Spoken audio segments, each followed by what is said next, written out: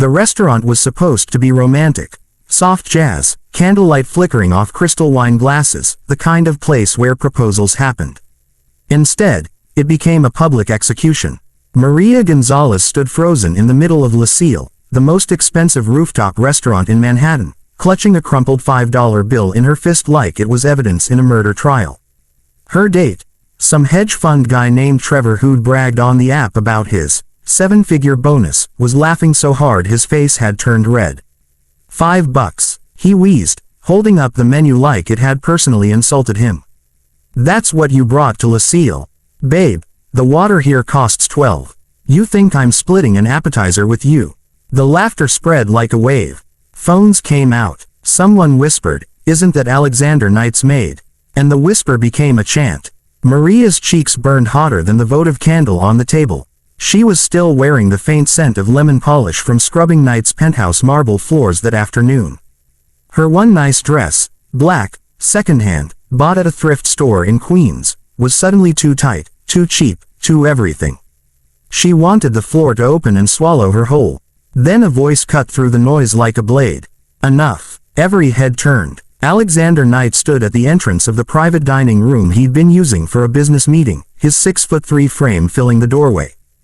Tailored midnight blue suit, jaw clenched so hard it could have cracked granite. The man who owned half the skyline outside these windows looked like he was 1 second away from putting Trevor through a table. He didn't raise his voice again. He didn't need to. He crossed the room in 5 long strides, pulled out the chair opposite Maria, and sat down. "Miss Gonzalez," he said, calm as winter, "my apologies. I should have had my driver bring you. Traffic from the penthouse can be brutal this time of night."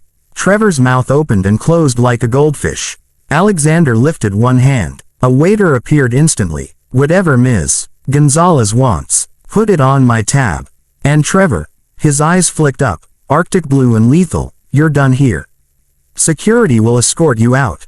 Don't come back." 2 men in black suits materialized as if they'd been waiting in the shadows for this exact moment.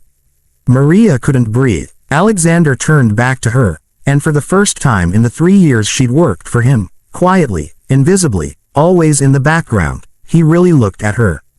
"You okay?" he asked, softer now. She managed a nod, even though she wasn't.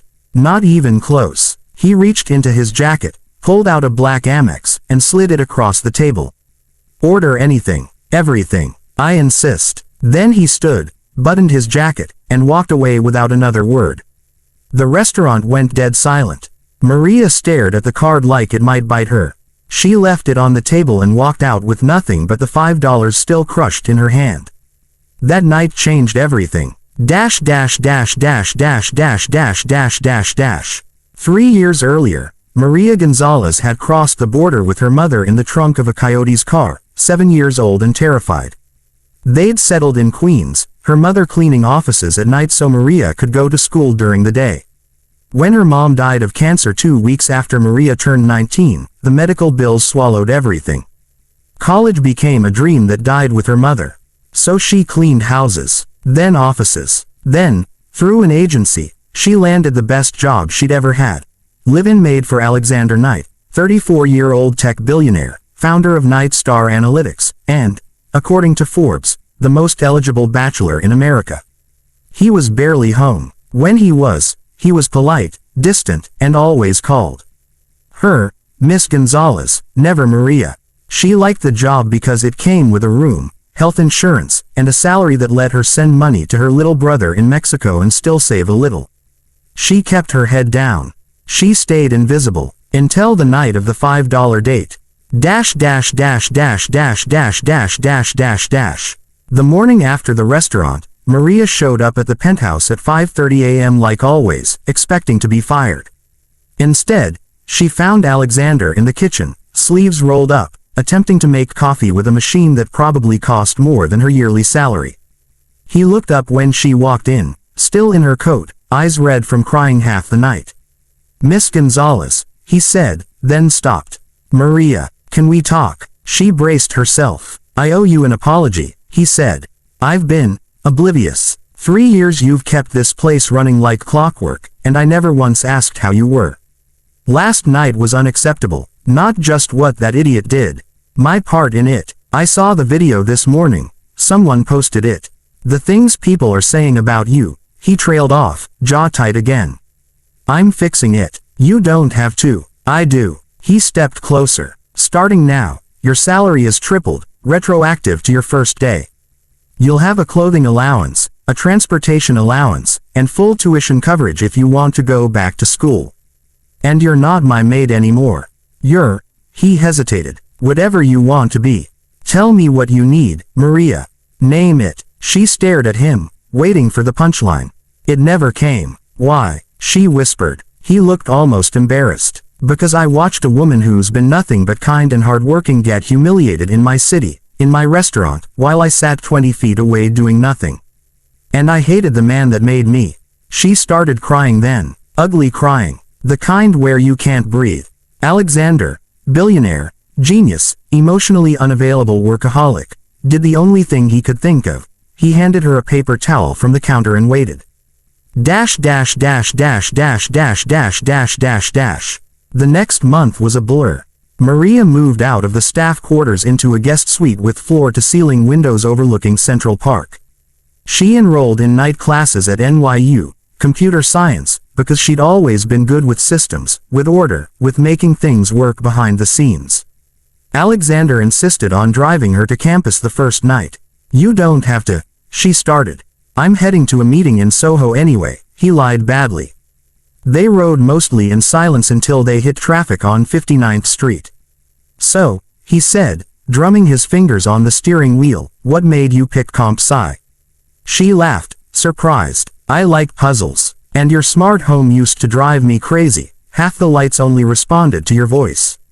I taught myself how to override the system so I could vacuum without begging permission from a robot.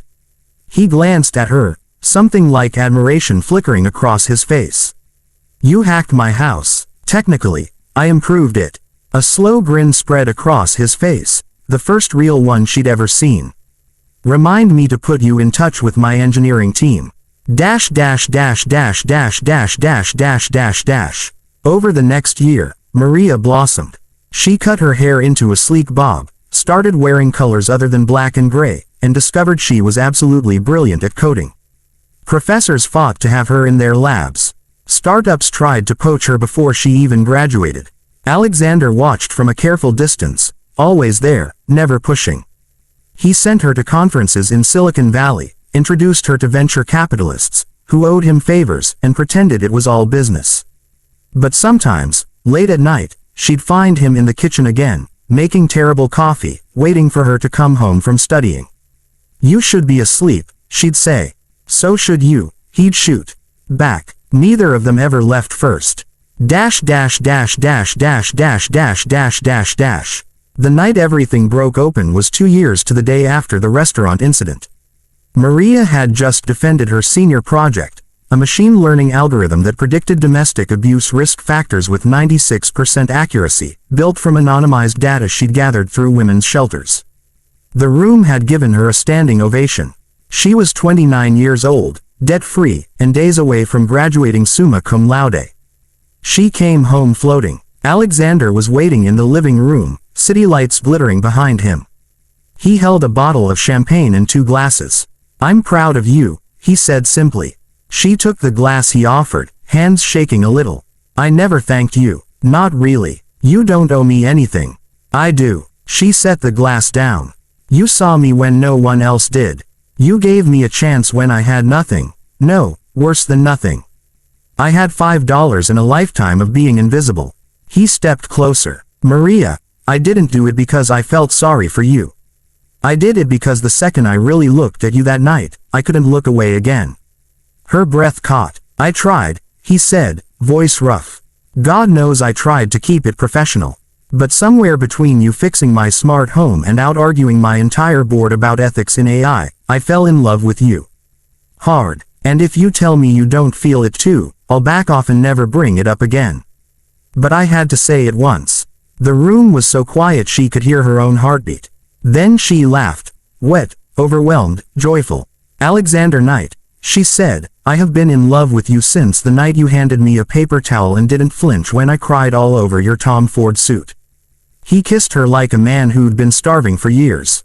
Dash dash dash dash dash dash dash dash dash dash. Epilogue. 5 years later. The annual Night Star Gala was held on the same rooftop where Maria had once stood humiliated with $5 in her hand.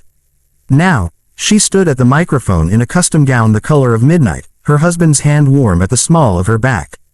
10 years ago, she said into the hush, I was a maid who couldn't afford dinner in this room. 5 years ago, someone saw me, really saw me, and decided I was worth betting on. Tonight, I'm proud to announce the Maria Gonzalez Foundation has awarded its 10,000th scholarship to an underprivileged woman in STEM. The applause was thunderous. Later, when the music started and the city sparkled below them, Alexander pulled her close. Still only $5 in your pocket, he teased. She reached into her clutch and pulled out a worn, crumpled $5 bill, laminated now, carried like a talisman. Never leaving home without it, she said. He kissed her temple. Good. Reminds us where we started. No, she whispered back. It reminds us how far we've come, together. And under the same stars that had once watched her humiliation, Maria Gonzalez danced with the man who'd changed her life forever, not with money, but with the single most powerful currency in the world. He saw her, and that was enough to rewrite her entire story.